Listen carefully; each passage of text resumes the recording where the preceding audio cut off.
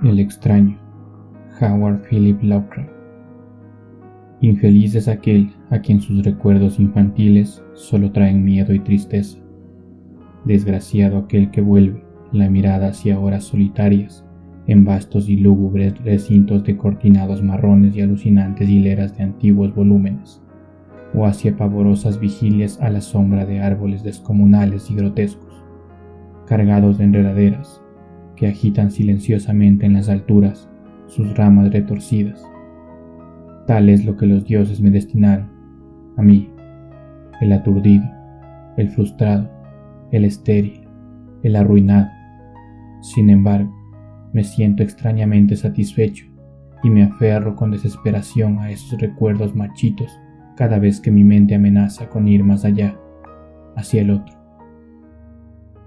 No sé dónde nací, salvo que el castillo era infinitamente horrible, lleno de pasadizos oscuros y con altos cielos rasos, donde la mirada solo hallaba telarañas y sombras. Las piedras de los agrietados corredores estaban siempre odiosamente húmedas y por doquier se percibía un olor maldito, como de pilas de cadáveres, de generaciones muertas. Jamás había luz, por lo que solía encender velas y quedarme mirándolas fijamente en busca de alivio. Tampoco afuera brillaba el sol, ya que esas terribles arboledas se elevaban por encima de la torre más alta. Una sola, una torre negra, sobrepasaba el ramaje y salía al cielo abierto y desconocido, pero estaba casi en ruinas y solo se podía ascender a ella por un escarpado muro poco menos que imposible de escalar. Debo haber vivido años en ese lugar, pero no puedo medir el tiempo. Seres vivos debieron haber atendido a mis necesidades. Sin embargo, no puedo rememorar a persona alguna excepto yo mismo, ni ninguna cosa viviente salvo ratas, murciélagos y arañas, silenciosos todos. Supongo que, quien quiera que me haya cuidado, debió haber sido asombrosamente viejo, puesto que mi primera representación mental de una persona viva fue la de algo semejante a mí, pero retorcido, marchito y deteriorado como el castillo. Para mí no tenían nada de grotesco los huesos y los esqueletos esparcidos por las criptas de piedras cavadas en las profundidades de los cimientos. En mi fantasía asociaba estas cosas con los hechos cotidianos y las hallaba más reales que las figuras en colores de seres vivos que veía en muchos libros mohosos. En esos libros aprendí todo lo que sé. Maestro alguno me urgió o me guió, y no recuerdo haber escuchado en todos estos años voces humanas, ni siquiera la mía, ya que, si bien había leído acerca de la palabra hablada, nunca se me ocurrió hablar en voz alta. Mi aspecto era asimismo una cuestión ajena a mi mente, ya que no había espejos en el castillo, y me limitaba, por instinto, a verme como un semejante de las figuras juveniles que veía dibujadas o pintadas en los libros. Tenía conciencia de la juventud a causa de lo poco que recordaba. Afuera, tendido en el pútrido foso, bajo los árboles tenebrosos y mudos, solía pasarme horas enteras soñando lo que había leído en los libros. Añoraba verme entre gentes alegres, en el mundo soleado, allende de la floresta interminable. Una vez traté de escapar del bosque, pero a medida que me alejaba del castillo, las sombras se hacían más densas, el aire más impregnado de crecientes temores, de modo que eché a correr frenéticamente por el camino andado, no fuera a extraviarme en un laberinto de lúgubre silencio. Y así, a través de crepúsculos sin fin, soñaba y esperaba, aun cuando no supiera qué, hasta que en mi negra soledad el deseo de luz se hizo tan frenético que ya no pude permanecer inactivo, y mis manos suplicantes se elevaron hacia esa única torre en ruinas que por encima de la arboleda se hundía en el cielo exterior e ignoto. Y por fin resolví escalar la torre, aunque me cayera, ya que mejor era vislumbrar un instante el cielo y perecer que vivir sin haber contemplado jamás el día. A la húmeda luz crepuscular subí los vetustos peldaños de piedra hasta llegar al nivel donde se interrumpían, y de allí en adelante, trepando por pequeñas entrantes donde apenas cabía un pie, seguí mi peligrosa ascensión, Horrendo y pavoroso era aquel cilindro rocoso, inerte y sin peldaños, negro, ruinoso y solitario, siniestro con su mudo aleteo de espantados murciélagos.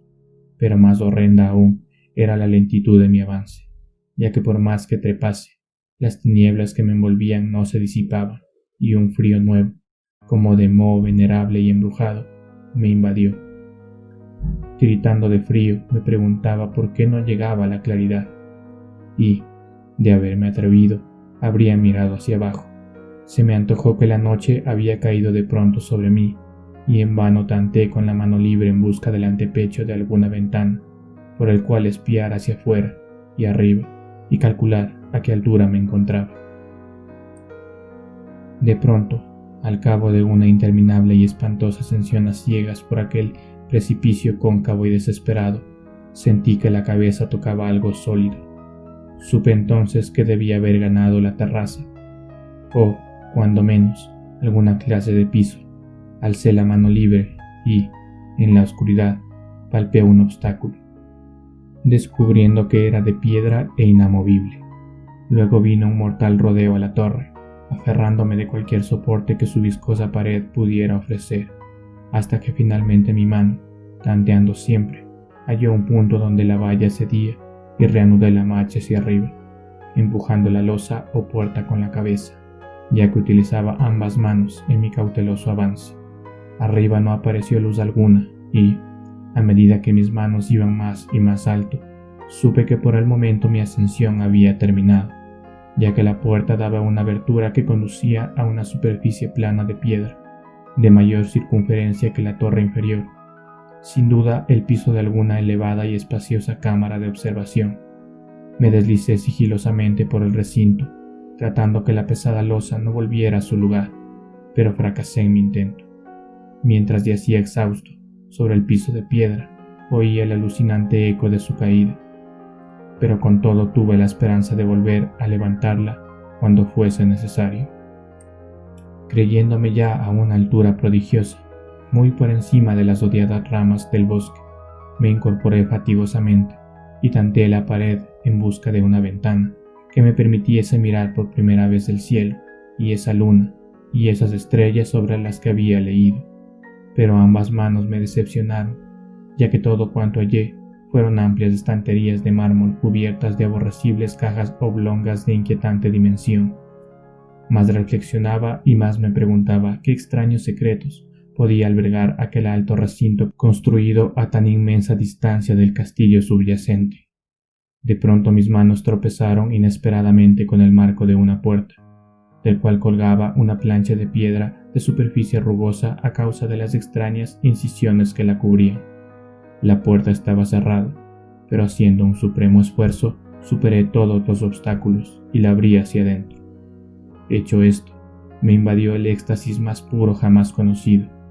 A través de una ornamentada verja de hierro y en el extremo de una corta escalinata de piedra que ascendía desde la puerta recién descubierta, brillando plácidamente en todo su esplendor, estaba la luna llena, a la que nunca había visto antes, salvo en sueños y en vagas visiones, que no me atrevía a llamar recuerdos. Seguro ahora de que había alcanzado la cima del castillo, subí rápidamente los pocos peldaños que me separaban de la verja, pero en eso una nube tapó la luna, haciéndome tropezar, y en la oscuridad tuve que avanzar con mayor lentitud. Estaba todavía muy oscuro cuando llegué a la verja, que hallé abierta tras un cuidadoso examen, pero que no quise trasponer por temor a precipitarme desde la increíble altura que había alcanzado. Luego volvió a salir la luna. De todos los impactos imaginables, ninguno tan demoníaco como el de lo insondable y grotescamente inconcebible. Nada de lo soportado antes podía compararse al terror de lo que ahora estaba viendo, de las extraordinarias maravillas que el espectáculo implicaba. El panorama en sí era tan simple como asombroso, ya que consistía meramente en esto. En lugar de una impresionante perspectiva de copas de árboles vistas desde una altura imponente, se extendía a mi alrededor, al mismo nivel de la verja, nada menos que la tierra firme, separada en compartimientos diversos por medio de lajas de mármol y columnas, y sombreada por una antigua iglesia de piedra cuyo devastado capitel brillaba fantasmagóricamente a la luz de la luna. Medio inconsciente, abrí la verja y avancé bamboleándome por la senda de grava blanca que se extendía en dos direcciones. Por aturdida y caótica que estuviera mi mente, persistía en ella ese frenético anhelo de luz. Ni siquiera el pasmoso descubrimiento de momentos antes podía detenerme. No sabía, ni me importaba, si mi experiencia era locura, enajenación o magia, pero estaba resuelto a ir en pos de la luminosidad y alegría a toda costa. No sabía quién o qué era yo, ni cuáles podían ser mi ámbito y mis circunstancias. Sin embargo, a medida que proseguía mi tambaleante marcha, se insinuaba en mí una especie de tímido recuerdo latente que hacía mi avance no del todo fortuito, sin rumbo fijo por campo abierto, unas veces sin perder de vista el camino, otras abandonándolo para internarme, lleno de curiosidad, por praderas en las que solo alguna ruina ocasional revelaba la presencia en tiempos remotos de una senda olvidada. En un momento dado tuve que cruzar a nado rápido un río cuyos restos de mampostería agrietada y mohosa hablaban de un puente mucho tiempo atrás desaparecido. Habían transcurrido más de 2 horas cuando llegué a lo que aparentemente era mi meta, un venerable castillo cubierto de hiedras, enclavado en un gran parque de espesa arboleda, de alucinante familiaridad para mí, y sin embargo, lleno de intrigantes novedades. Vi que el foso había sido rellenado y que varias de las torres que yo bien conocía estaban demolidas, al mismo tiempo que se erguían nuevas alas que confundían al espectador. Pero lo que observé con el máximo interés y deleite fueron las ventanas abiertas, inundadas de esplendorosa claridad, y que enviaban al exterior ecos de la más alegre de las francachelas. Adelantándome hacia una de ellas, miré al interior y vi un grupo de personas extrañamente vestidas, que departían entre sí con gran jarana. Como jamás había oído la voz humana, apenas sí podía adivinar vagamente lo que decían. Algunas caras tenían expresiones que despertaban en mí remotísimos recuerdos, otras me eran absolutamente ajenas. Salté por la ventana y me introduje en la habitación, brillantemente iluminada a la vez que mi mente saltaba del único instante de esperanza al más negro de los desalientos. La pesadilla no tardó en venir, ya que, no bien entré, se produjo una de las más aterradoras reacciones que hubiera podido concebir. No había terminado de cruzar el umbral cuando cundió entre todos los presentes un inesperado y súbito pavor de horrible intensidad que distorsionaba los rostros y arrancaba de todas las gargantas los chillidos más espantosos. El desbande fue general, y en medio del griterío y del pánico, varios sufrieron desmayos, siendo arrastrados por los que huían enloquecidos. Muchos se taparon los ojos con las manos y corrían a ciegas, llevándose todo por delante, derribando los muebles y dándose contra las paredes en su desesperado intento de ganar alguna de las numerosas puertas. Solo y aturdido en el brillante recinto, escuchando los ecos cada vez más apagados de aquellos espeluznantes gritos, comencé a temblar, pensando que podía ser aquello que me acechaba sin que yo lo viera. A primera vista el lugar parecía vacío, pero cuando me dirigí a una de las alcobas, creí detectar una presencia, un amago de movimiento del otro lado del arco dorado que conducía a otra habitación, similar a la primera. A medida que me aproximaba a la arcada, comencé a percibir la presencia con más nitidez, y luego, con el primero y último sonido que jamás emití, un aullido horrendo que me repugnó casi tanto como su morbosa causa, contemplé, en toda su horrible intensidad, el inconcebible, indescriptible, inenarrable monstruo que, por obra de su mera aparición, había convertido una alegre reunión en una horda de delirantes fugitivos. No puedo siquiera decir aproximadamente a qué se parecía, pues era un compuesto de todo lo que es impuro, pavoroso, indeseado, anormal y detestable. Era una fantasmagórica sombra de podredumbre, decrepitud y desolación, la pútrida y viscosa imagen de lo dañino, la atroz desnudez de algo que la tierra misericordiosa debería ocultar por siempre jamás. Dios sabe que no era de este mundo, o al menos había dejado de serlo, y, sin embargo, con enorme horror de mi parte, pude ver en sus rasgos carcomidos, con huesos que se entreveían, una repulsiva y lejana reminiscencia de formas humanas. y en sus enmohecidas y destrozadas ropas una indecible cualidad que me estremecía más aún. Estaba casi paralizado, pero no tanto como para no hacer un débil esfuerzo hacia la salvación, un tropezón hacia atrás que no pudo romper el hechizo en que me tenía apresado el monstruoso sin voz y sin nombre. Mis ojos, embrujados por aquellos asqueantes ojos vítreos que los miraba fijamente, se negaban a cerrarse. Si bien el terrible objeto, tras el primer impacto, se veía ahora más confuso, traté de levantar la mano y disipar la visión, pero estaba tan anonadado que el brazo no respondió por entero a mi movilidad. Sin embargo, el intento fue suficiente como para alterar mi equilibrio y, bamboleándome, di unos pasos hacia adelante para no caer. Al hacerlo adquirí de pronto la angustiosa noción de la proximidad de la cosa, cuya inmunda respiración tenía casi la impresión de oír. Poco menos que enloquecido, pude no obstante adelantar una mano para detener la fétida imagen, que se acercaba más y más, cuando de pronto mis dedos tocaron la extremidad putrefacta que el monstruo extendía por debajo del arco dorado.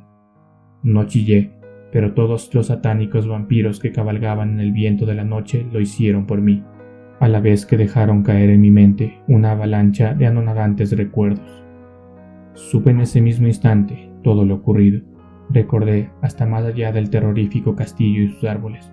Reconocí el edificio en el cual me hallaba. Reconocí, lo más terrible, la impía abominación que se erguía ante mí, mirándome de soslayo, mientras apartaba de los suyos mis dedos manchados. Pero en el cosmos existe el bálsamo además de la amargura, y ese bálsamo es el olvido. En el supremo horror de ese instante, olvidé lo que me había espantado, y el estallido del recuerdo se desvaneció en un caos de reiteradas imágenes. Como entre sueños, salí de aquel edificio fantasmal y execrado eché a correr, rauda y silenciosamente a la luz de la luna. Cuando retorné al mausoleo de mármol y descendí los peldaños, encontré que no podía mover la trampa de piedra, pero no lo lamenté, ya que había llegado a odiar el viejo castillo y sus árboles.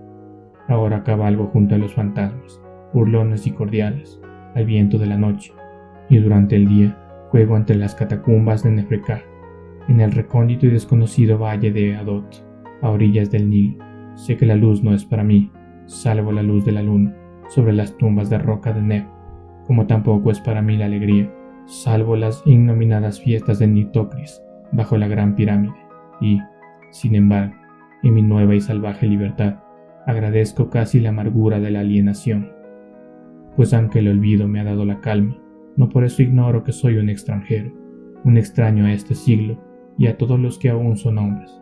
Esto es lo que supe desde que extendí mis dedos hacia esa cosa abominable, surgida en aquel gran marco dorado, desde que extendí mis dedos y toqué la fría e inexorable superficie del pulido espejo.